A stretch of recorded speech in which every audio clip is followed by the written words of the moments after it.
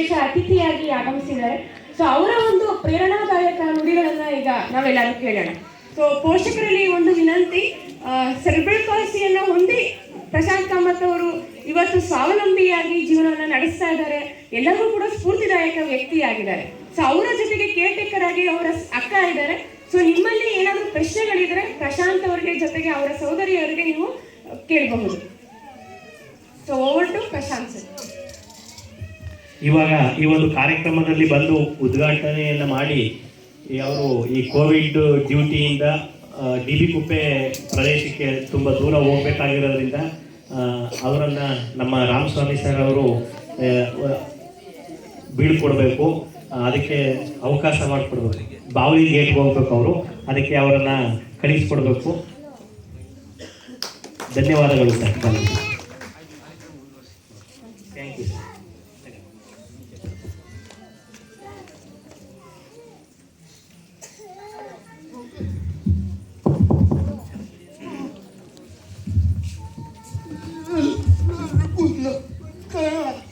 ಎಲ್ಲರಿಗೂ ನಮಸ್ಕಾರ ಅಂತ ಹೇಳ್ತಾ ಇದ್ದಾರೆ. ನಾನು ಸ್ವಲ್ಪ ಟ್ರಾನ್ಸ್ಲೇಟ್ ಮಾಡ್ತೀನಿ, ಯಾಕಂದ್ರೆ ಅವ್ರು ಹೇಳುವಾಗ ಅಷ್ಟು ಕ್ಲಿಯರ್ ಆಗಿ ನಿಮ್ಗೆ ಗೊತ್ತಾಗುತ್ತೋ ಇಲ್ವೋ ಗೊತ್ತಿಲ್ಲ.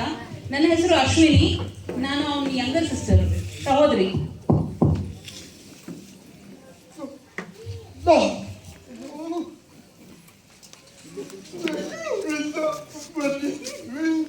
ನಾವು ಬೆಂಗಳೂರಿಂದ ಬಂದಿದ್ದೀವಿ ಇವಾಗ.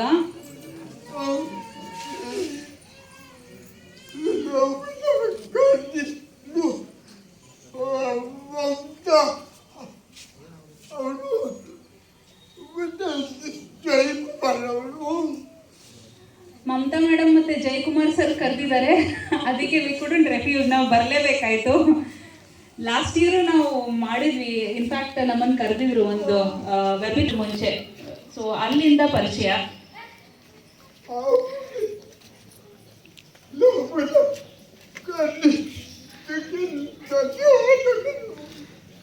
ನಮ್ಮನ್ನ ಕರೆದಿದ್ದಕ್ಕೆ ಧನ್ಯವಾದಗಳು. ವಿವೇಕಾನಂದ ಯೂತ್ ಅಸೋಸಿಯೇಷನ್ ಮತ್ತೆ ನೀವು ಇಲ್ಲಿ ಬಂದಿದ್ದೀರಾ ನಮ್ಮನ್ನ ಕೇಳಕ್ಕೆ. ಥ್ಯಾಂಕ್ ಯು ಸೋ ಮಚ್, ಧನ್ಯವಾದಗಳು.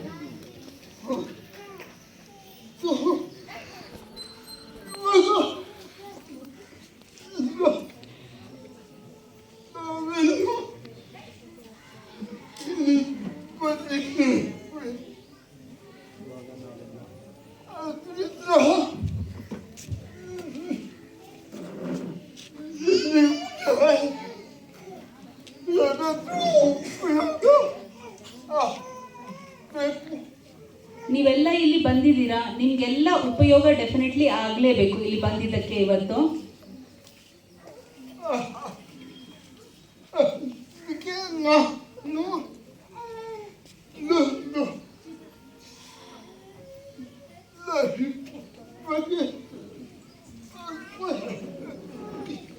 ಅದಕ್ಕೆ ನಾನು ನನ್ನ ಲೈಫ್ ವಿಷಯ ಇವತ್ತು ನಿಮಗೆ ಸ್ವಲ್ಪ ಹೇಳ್ತೀನಿ, ಶೇರ್ ಮಾಡ್ತೀನಿ ಅಂತ ಹೇಳ್ತಾ ಇದ್ದಾರೆ.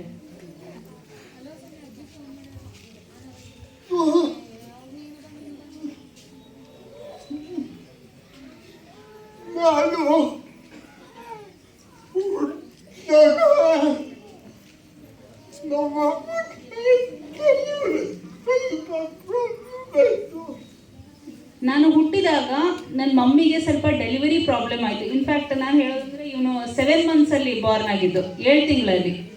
ಸೊ ಸಿಸೇರಿಯನ್ ಮಾಡಲಿಲ್ಲ ಡಾಕ್ಟರ್, ಆವಾಗ ಫೋರ್ಸೆಪ್ಸ್ ಡೆಲಿವರಿ ಮಾಡಿದರು. ಫೋರ್ಸೆಪ್ಸ್ ಡೆಲಿವರಿ ಆಗೋ ಟೈಮಲ್ಲಿ ಒಂದು 5-6 ನಿಮಿಷ ಆಕ್ಸಿಜನ್ ಹೋಗಲಿಲ್ಲ ಬ್ರೈನಿಗೆ, ಅದರಿಂದ ಸೆರೆಬ್ರಲ್ ಪಾಲ್ಸಿ ಆಗಿದೆ ಅಂತ ಹಾಗೆ ನಮ್ಗೆ ಗೊತ್ತಾಯಿತು.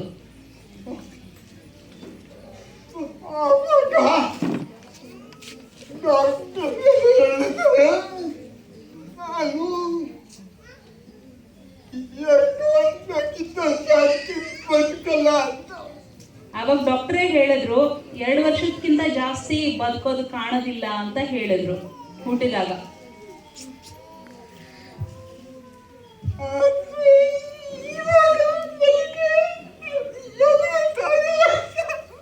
ಇವಾಗ ನಾನು 46 ವರ್ಷ ಆಯ್ತು.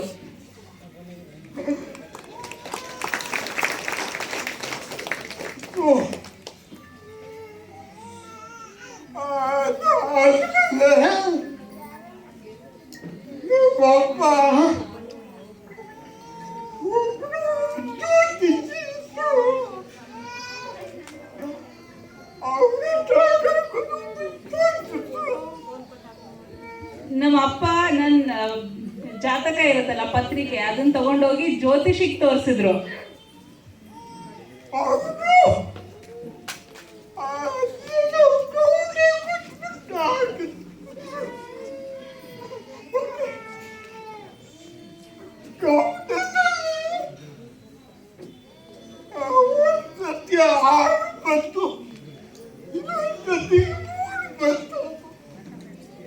ಅದೇನೋ ಕವಡೆ ಹಾಕಿದ್ರಂತೆ, ಅದರಲ್ಲಿ ಒಂದ್ಸಲ 6 ಒಂದ್ಸಲ 3 ಬಂತು.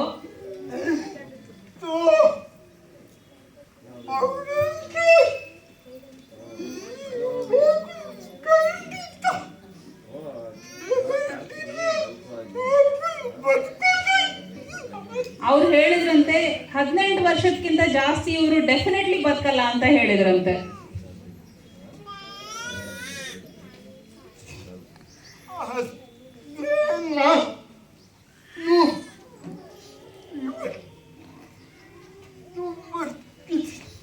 ಆದ್ರೆ ನಾನು ಇವತ್ತು ಇನ್ನೂ ಬದುಕಿದ್ದೀನಿ ಅಂತ ಹೇಳ್ತಾ ಇದ್ದಾರೆ.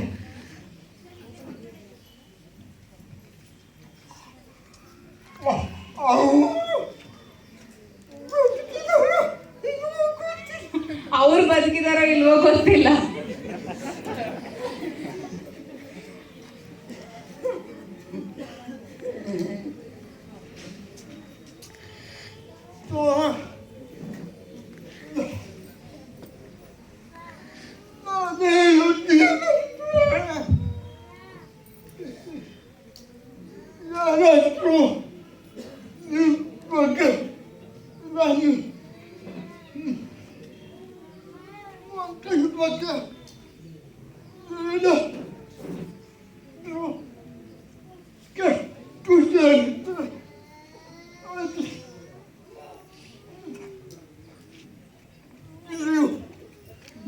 ನಿಮ್ ವಿಷಯ ಅಥವಾ ನಿಮ್ ಮಕ್ಕಳ ವಿಷಯ ಯಾರಾದ್ರೂ, ಡಾಕ್ಟರೇ ಆಗಿರ್ಲಿ, ಯಾರೇ ಇರ್ಲಿ, ಏನಾದ್ರೂ ಹಿಂಗೆ ಕೆಟ್ಟದ್ದು ಏನಾದ್ರೂ ಹೇಳಿದ್ರು, ಪ್ಲೀಸ್ ಅದನ್ನ ನಂಬಬೇಡಿ.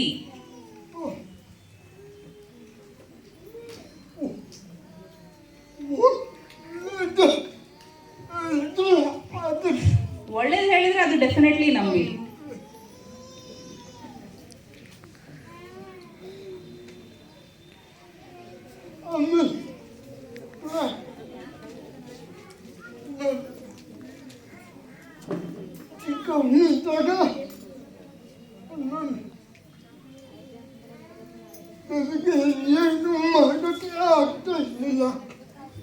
ನಾನು ಚಿಕ್ಕವನಿದ್ದಾಗ ನನ್ನಿಂದ ಏನು ಮಾಡಕ್ ಆಗ್ತಾ ಇರ್ಲಿಲ್ಲ.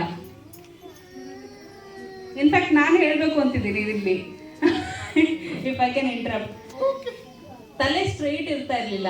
ನನ್ನ ಮಮ್ಮಿ ಏನು ಅಂದ್ರೆ ಆವಾಗ ಗೊತ್ತಿರ್ಲಿಲ್ಲ ಅವ್ರಿಗೆ ಸೆರಿಬ್ರಲ್ ಪಾಲ್ಸಿ ಅಂದ್ರೆ ಏನು ಅಂತ. ಆ ಟೈಮಲ್ಲಿ, ದಿಸ್ ಇಸ್ ವೇ ಬ್ಯಾಕ್, ಯಾವಾಗ 1970s ಅಲ್ಲಿ, 75, 76 ಅಲ್ಲಿ. ಸೊ ಅವ್ರಿಗೆ ಗೊತ್ತಿರ್ಲಿಲ್ಲ. ಸೊ ಇವನನ್ನು ಕರ್ಕೊಂಡು ಎಲ್ಲ ಹಾಸ್ಪಿಟ್ಲ್ಗೆ ಹೋಗೋರು, ಏನಾಗಿದೆ, ತಲೆ ಯಾಕೆ ನಿಲ್ತಾ ಇಲ್ಲ, ತಲೆ ಬೀಳುತ್ತೆ ಕೆಳಗಡೆ, ತಲೆ ನಿಲ್ಲೋದಿಲ್ಲ ಅಂತ. ಸೊ ಎಲ್ಲ ಕಡೆ ತಗೊಂಡು ಅಡ್ಡಾಡಿದ್ದಾರೆ ಪೇರೆಂಟ್ಸ್, ಇವಾಗಲೇ ನಿಲ್ಲಲ್ಲ ಅಂತ. ಬಟ್ ಒಂದು ಹೇಳ್ತೀನಿ, ತಲೆ ಸ್ಟೇಬಲ್ ಇಲ್ಲ ಪ್ರಾಬಬ್ಲಿ, ಬಟ್ ತಲೆ ಎಕ್ದಮ್ ಸ್ಟ್ರೈಟ್ ಆಗಿ, he's held his head high, independent ಆಗಿ ಜಾಬಲ್ಲಿ ಅವ್ರ ಲೈಫ್ ಅವ್ರು ಲೀಡ್ ಮಾಡ್ತಾ ಇದ್ದಾರೆ. ಬೇರೆ ಎಷ್ಟೋ ಜನ ಚೋರಿ ಚಕಾರಿ ರಾಬರಿ ಏನೇನೆಲ್ಲ ಮಾಡ್ತಾರೆ, ಹೆಂಗೆ ಲೈಫ್ ಲೀಡ್ ಮಾಡ್ತಾರೆ, ಅವ್ರ ಬದಲು ಕಂಪೇರ್ ಮಾಡಿ ನೋಡಿ. ತಲೆ ಮೇಲೆ ಎತ್ತಿ ನಿಂತು, ಅವ್ರ ಕಾಲ ಮೇಲೆ ನಿಂತಿಲ್ಲ, ಅವರು ವೀಲ್ ಚೇರ್ ಅಲ್ಲಿ ಇದ್ದಾರೆ, ಆದರೆ ಅವ್ರ ಕಾಲ ಮೇಲೆ ನಿಂತ್ಕೊಂಡು ಅವ್ರ ಲೈಫ್ ಅವ್ರು ಲೀಡ್ ಮಾಡ್ತಾ ಇದ್ದಾರೆ.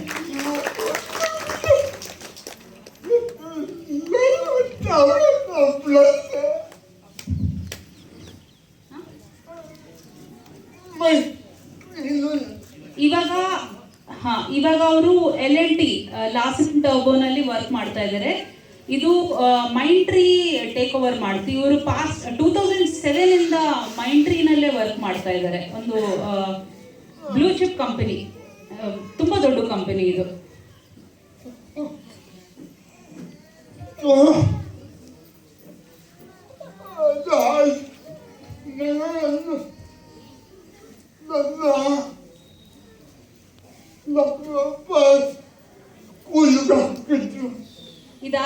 ಬಾರ್ನ್ ಆದಮೇಲೆ ಸ್ವಲ್ಪ ಟೈಮ್ ವೇಟ್ ಮಾಡಿದ್ರು.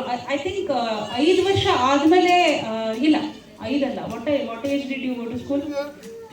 8 ವರ್ಷಕ್ಕೆ ಸ್ಕೂಲ್ಗೆ ಹೋಗಿದ್ದು. ಇನ್ಫ್ಯಾಕ್ಟ್ ನಾನು ಅವನಿಗಿಂತ 3 ಇಯರ್ಸ್ ಚಿಕ್ಕವಳು, 3 ವರ್ಷ ಚಿಕ್ಕವಳು. ನಾನು ಸ್ಕೂಲಿಗೆ ಹೋದ ಮೇಲೆ ಇವನಿಗೆ ಸ್ಕೂಲಿಗೆ ಹಾಕಿದ್ದು.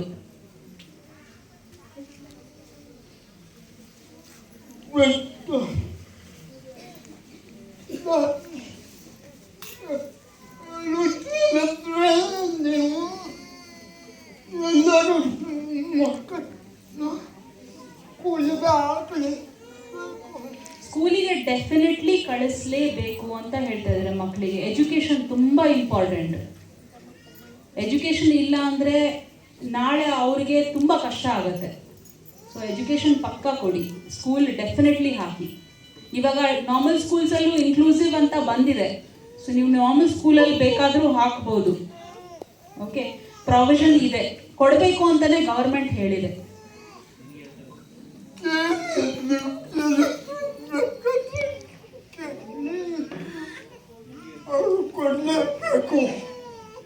ಅದು ಕೊಡಲೇಬೇಕಾಗತ್ತೆ. ಅವ್ರ ಅಡ್ಮಿಷನ್ ಡೆಫಿನೆಟ್ಲಿ ಕೇಳಿ ತಗೊಳ್ಳಿ. ಮಕ್ಕಳಿಗೆ ಆ ಎಕ್ಸ್ಪೋಜರ್ ಬೇಕು. ನಾರ್ಮಲ್ ಮಕ್ಕಳ ಜೊತೆ ಹೆಂಗಿರ್ಬೇಕು ಅನ್ನೋದನ್ನು ಗೊತ್ತಾಗ್ಬೇಕು ಅವ್ರಿಗೆ.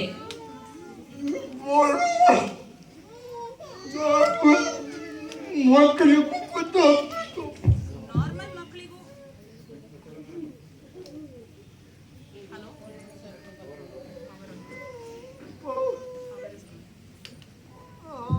ನಾರ್ಮಲ್ ಮಕ್ಕಳಿಗೂ ಗೊತ್ತಾಗ್ಲೇಬೇಕು ಇವ್ರ ಜೊತೆ ಹೆಂಗಿರ್ಬೇಕು ಅನ್ನೋದನ್ನ.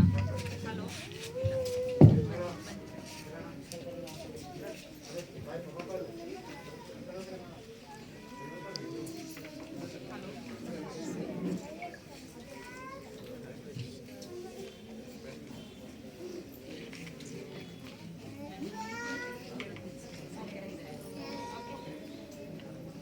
ಅವ್ರು ಏನ್ ಹೇಳ್ತಾ ಇದಾರಂದ್ರೆ, ನಮ್ಮ ಮಕ್ಕಳಿಗೆ ನಮ್ಮ ಮಕ್ಕಳು ಸ್ಪೆಷಲಿ ಏಬಲ್ಡ್ ಚಿಲ್ಡ್ರನ್ ಅವ್ರಿಗೂ ಗೊತ್ತಾಗಬೇಕು ನಾರ್ಮಲ್ ಮಕ್ಕಳ ಜೊತೆ ಹೆಂಗಿರ್ಬೇಕು ಅಂತ. At the same time normal ಮಕ್ಕಳಿಗೂ ಗೊತ್ತಾಗಬೇಕು ಇವ್ರ ಜೊತೆ ಹೆಂಗಿರ್ಬೇಕು ಅಂತ. ಆ ಎಕ್ಸ್ಪೋಜರ್ ತುಂಬಾ ಇಂಪಾರ್ಟೆಂಟ್. ಯಾಕಂದ್ರೆ ಅವೇರ್ನೆಸ್ ಇಲ್ಲ ಜನರಿಗೆ. ಏನು ಅಂದ್ರೆ, ಓ ಡಿಸೇಬಲ್ಡ್, ಅಯ್ಯೋ ಪಾಪ. ನಾವು ಚಿಕ್ಕವರಿದ್ದಾಗ ರೋಡಲ್ಲಿ ಹೋಗುವಾಗ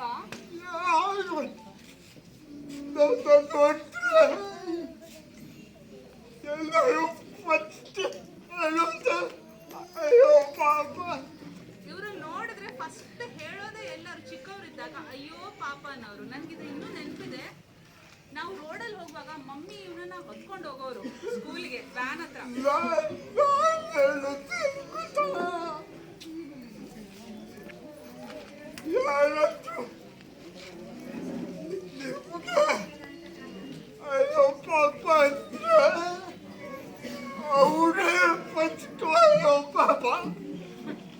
ನಮ್ಗೆ ಯಾರು ಅಯ್ಯೋ ಪಾಪ ಅಂತಾರೆ ಮೊದಲು ಅವರೇ ಅಯ್ಯೋ ಪಾಪ ಅಂತ. ಇದೊಂದು ಇನ್ಸಿಡೆನ್ಸ್ ಹೇಳ್ತೀನಿ. ಮಮ್ಮಿ ಒಂದ್ಸಲ ಇವ್ರನ್ನ ಹಿಡ್ಕೊಂಡು ಹೋಗ್ತಾ ಇದ್ರು. ನೀವೆಲ್ಲ ಹಿಡ್ಕೊಂಡಿದ್ದೀರಾ ನೋಡಿ ಮಕ್ಕಳನ್ನ, ಹಂಗೆ ಇವನ್ನ ಹಿಡ್ಕೊಂಡು ಹೋಗ್ತಾ ಇದ್ರು ಬಸ್ ಹತ್ರ. ಇಬ್ರು ಲೇಡೀಸ್ ಬಂದ್ಬಿಟ್ಟು, ಅಯ್ಯೋ ಈ ಮಗುಗೆ ಏನಾಗಿದೆ ಅಮ್ಮ, ಅಯ್ಯೋ ಪಾಪ ಹೆಂಗಿದೆ ಅಲ್ಲ, ಹೆಂಗ್ ನೋಡ್ತೀರಾ ನೀವು ಅಂತೆಲ್ಲ ಹೇಳಿದ್ರು. ಅದೇ ಲೇಡಿ ಮನೆ ಹತ್ರನೇ ಇದ್ದಾರೆ. 2007 ಅಲ್ಲಿ ಇವನಿಗೆ ಗವರ್ನರ್ಸ್ ಅವಾರ್ಡ್ ಸಿಕ್ತು. ಆವಾಗ ಅದೇ ಲೇಡಿ ಬಂದು ಕಂಗ್ರಾಚುಲೇಟ್ ಮಾಡಿ ಹೋಗಿದ್ದಾರೆ. ಆವಾಗ ಅಯ್ಯೋ ಪಾಪ ಆಗ್ತಿಲ್ಲ.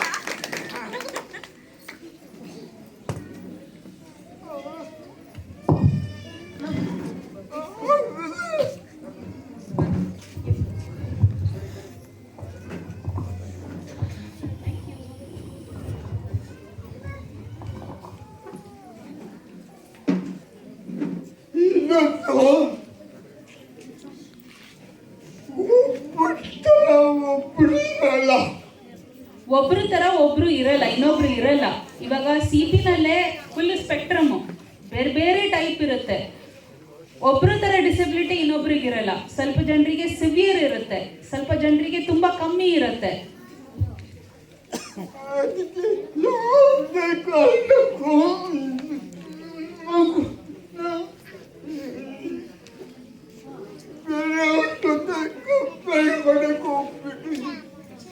ಯಾವತ್ತೂ ನಮ್ಮ ಮಕ್ಕಳನ್ನ ನಾವು ಬೇರೆ ಮಕ್ಕಳ ಜೊತೆ ಕಂಪೇರ್ ಮಾಡಬಾರ್ದು.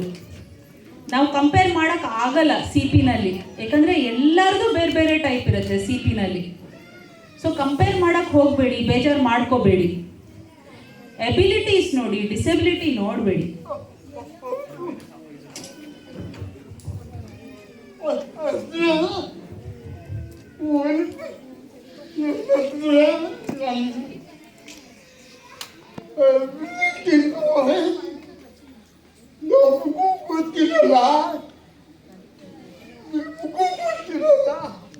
ನಮ್ಮ ಎಬಿಲಿಟೀಸ್ ಏನು ಅಂತ, ನಮ್ಗೆ ಏನೇನು ಆಗತ್ತೆ ಅಂತ ನಮಗೂ ಗೊತ್ತಿರಲ್ಲ, ಪೇರೆಂಟ್ಸ್ಗೂ ಗೊತ್ತಿರಲ್ಲ.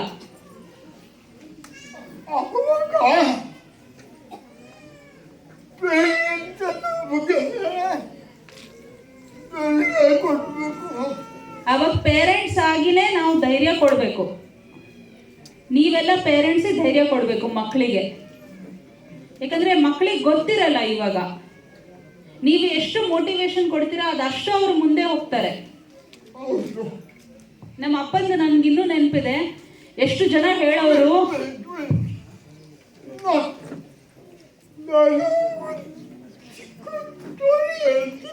ಒಂದು ಚಿಕ್ಕ ಸ್ಟೋರಿ ಹೇಳ್ತೀನಿ.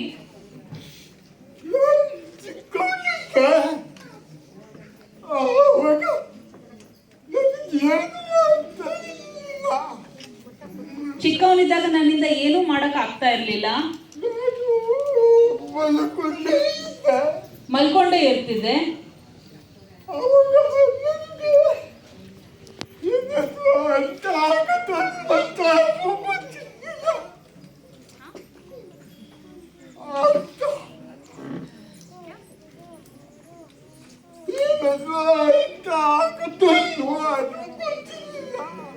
ಏನಾಗುತ್ತೆ ಅರ್ಥ, ಓಕೆ, ಅರ್ಥ ಆಗತ್ತಂತನೂ ಅವ್ರಿಗೆ ಗೊತ್ತಾಗಿರ್ತಿರ್ಲಿಲ್ಲ, ಯಾಕಂದ್ರೆ ಮಾತಾಡ್ತಾ ಇರ್ಲಿಲ್ಲ.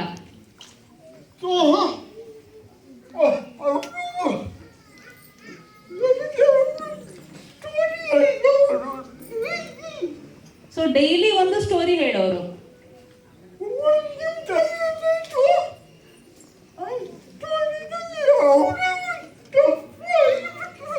ದಿನ ಒಂದೇ ಸ್ಟೋರಿ ಹೇಳೋರು. ಒಂದಿನ ಸ್ಟೋರಿನಲ್ಲಿ ಏನೋ ತಪ್ಪು ಮಾಡಿಬಿಟ್ರು ಹೇಳುವಾಗ. ಆವಾಗ ನಂಗೆ ಗೊತ್ತಾಯ್ತು, ನಕ್ಕು ಬಿಟ್ಟೆ.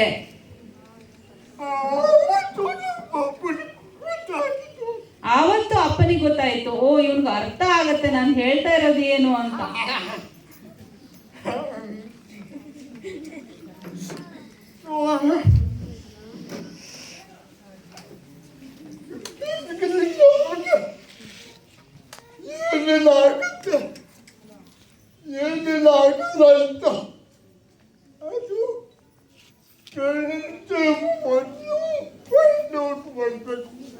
ನಮ್ಮಿಂದ ಏನಾಗುತ್ತೆ ಏನಾಗಲ್ಲ ಅನ್ನೋದು ನಮ್ಗೆ ಮೊದಲು ಗೊತ್ತಾಗಲ್ಲ. ನೀವು ಪೇರೆಂಟ್ಸ್ ಆಗಿ ನೀವೇ ಫೈಂಡ್ ಔಟ್ ಮಾಡಬೇಕಾಗತ್ತೆ, ಅದು ಇನಿಷಿಯೇಟಿವ್ ತಗೋಬೇಕು.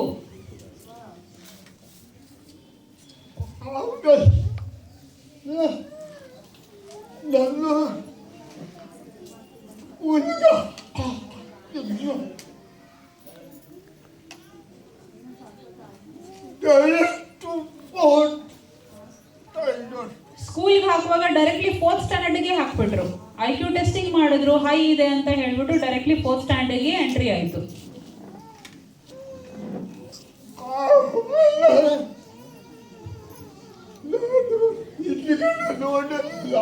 ಅದಾದ್ಮೇಲೆ ನಾನು ಹಿಂದೆ ನೋಡೇ ಇಲ್ಲ.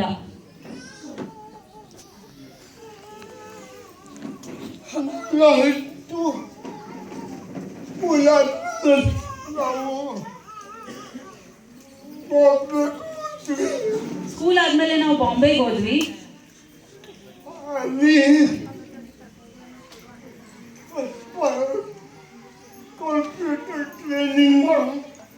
ಅಲ್ಲಿ ಕಂಪ್ಯೂಟರ್ ಟ್ರೈನಿಂಗ್ ತಗೊಂಡ್ರು.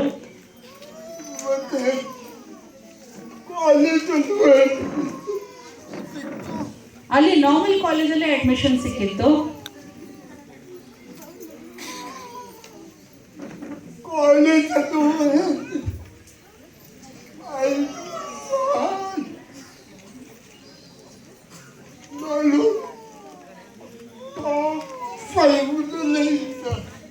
ಕಾಲೇಜಲ್ಲಿ ನಾರ್ಮಲ್ ಸ್ಟೂಡೆಂಟ್ಸ್ ಜೊತೆ ಈ ವಾಸ್ ವಿತ್ ಟಾಪ್ 5 ಅಲ್ಲಿ ಇನ್ಫ್ಯಾಕ್ಟ್ ಸಿಲ್ವರ್ ರೋಲಿಂಗ್ ಟ್ರೋಫಿ ತಗೊಂಡಿದ್ದಾರೆ ಇವರು ಬೆಸ್ಟ್ ಸ್ಟೂಡೆಂಟ್.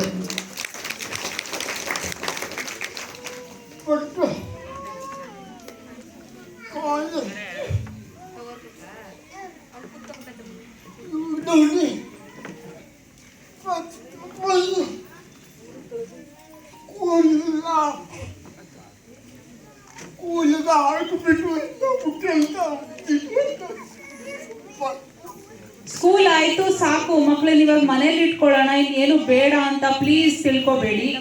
ಅವ್ರದ್ದು ಏನು ಆಪ್ಟಿಟ್ಯೂಡು ಅಂತ ಅದಕ್ಕೆ ಎನ್ಕರೇಜ್ ಮಾಡೋದು ನಿಮ್ಮ ಕೆಲಸ, ನಿಮ್ಮ ಡ್ಯೂಟಿ ಪೇರೆಂಟ್ಸ್ ಆಗಿ. ಆಯ್ತು ಸಾಕು ಅಂತ ಕೂತ್ಕೋಬಾರ್ದು.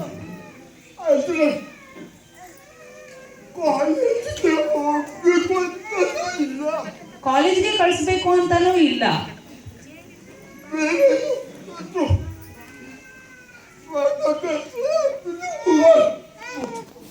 ಬೇರೆ ಏನಾದ್ರೂ ಮಾಡೋದಾದ್ರೂ ಮಾಡಬಹುದು.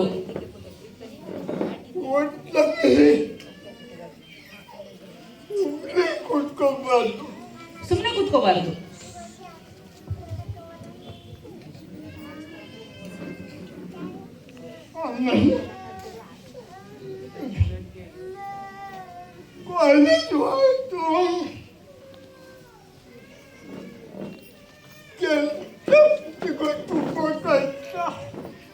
ಕಾಲೇಜ್ ಆದ್ಮೇಲೆ ಕೆಲಸ ಸಿಗೋದು ತುಂಬಾ ಕಷ್ಟ ಆಯ್ತು. ನಮಗೆ ಸಿಕ್ಕಲ್ಲ, ಸೊ ಕಷ್ಟ ಅಂತೂ ಆಯ್ತು.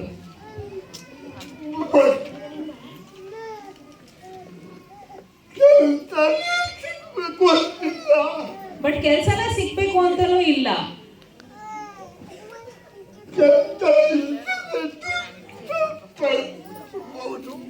9 to 5 ಜಾಬ್ಗೆ ಹೋಗ್ಬಿಟ್ಟೆ ಕೆಲಸ ದುಡ್ಡು ಸಂಪಾದಿಸಬಹುದು ಅಂತ ಹೇಳೋದು ಇಟ್ ಇಸ್ ಅ ಮಿಸ್ನೋಮರ್. ಇದು ಕರೆಕ್ಟ್ ಅಲ್ಲ. ಯಾಕಂದ್ರೆ ಇವರು 91 you went there, 94 you completed.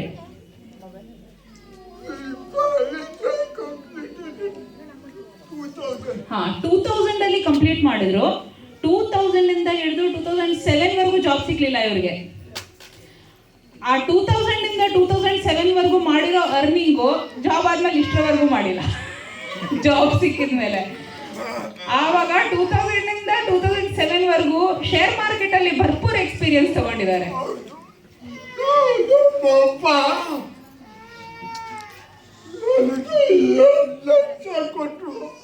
2 lakh ಕೊಟ್ಟಿದ್ರು ಅಪ್ಪ, ಏನ್ ಬೇಕಾದ್ರೂ ಮಾಡು ಅಂತ. ಇವತ್ತು ಡೋಂಟ್ ಟೆಲ್ ಸೆನ್ಸರ್ಡ್. ಇವತ್ತು ಎಷ್ಟಾಗಿದೆ ಗೊತ್ತಾ ಅಂತ ಕೇಳ್ತಾ ಇದ್ದಾರೆ.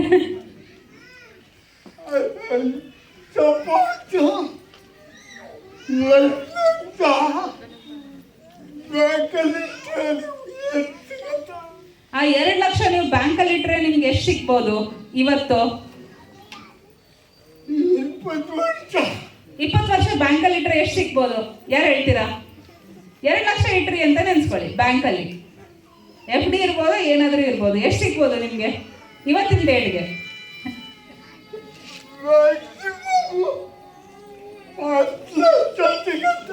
ಮ್ಯಾಕ್ಸಿಮಮ್ 10. ಅದಕ್ಕಿಂತ ಜಾಸ್ತಿ ಯಾರಿಗಾದ್ರೂ ಎಕ್ಸ್ಪೆಕ್ಟೇಷನ್ ಇದೆಯಾ? ಕೈ ಮೇಲೆ ಮಾಡ್ಬಿಡಿ.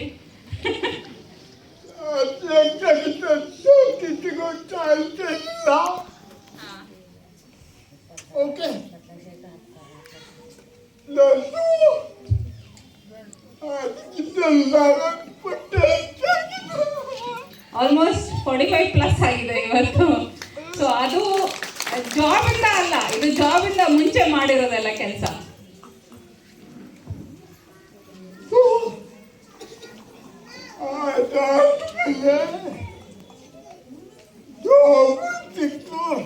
ಅದಾದ್ಮೇಲೆ ಜಾಬು ಸಿಕ್ತು.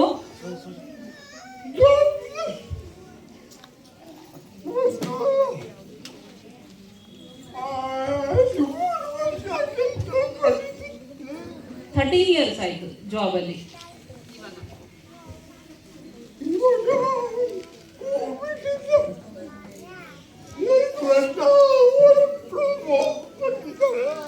ಕೋವಿಡ್ ಸ್ಟಾರ್ಟ್ ಆದಾಗ್ಲಿಂದ ಇವಾಗ ವರ್ಕ್ ಫ್ರಮ್ ಹೋಮ್ ನಡೀತಾ ಇದೆ, 2 ವರ್ಷ ಆಯ್ತು. ಇವತ್ತು ಇನ್ಫ್ಯಾಕ್ಟ್ ಫಸ್ಟ್ ಟೈಮ್ ಹೊರಗಡೆ ಬಂದಿರೋದು 2 ಇಯರ್ಸ್ ಆದ್ಮೇಲೆ.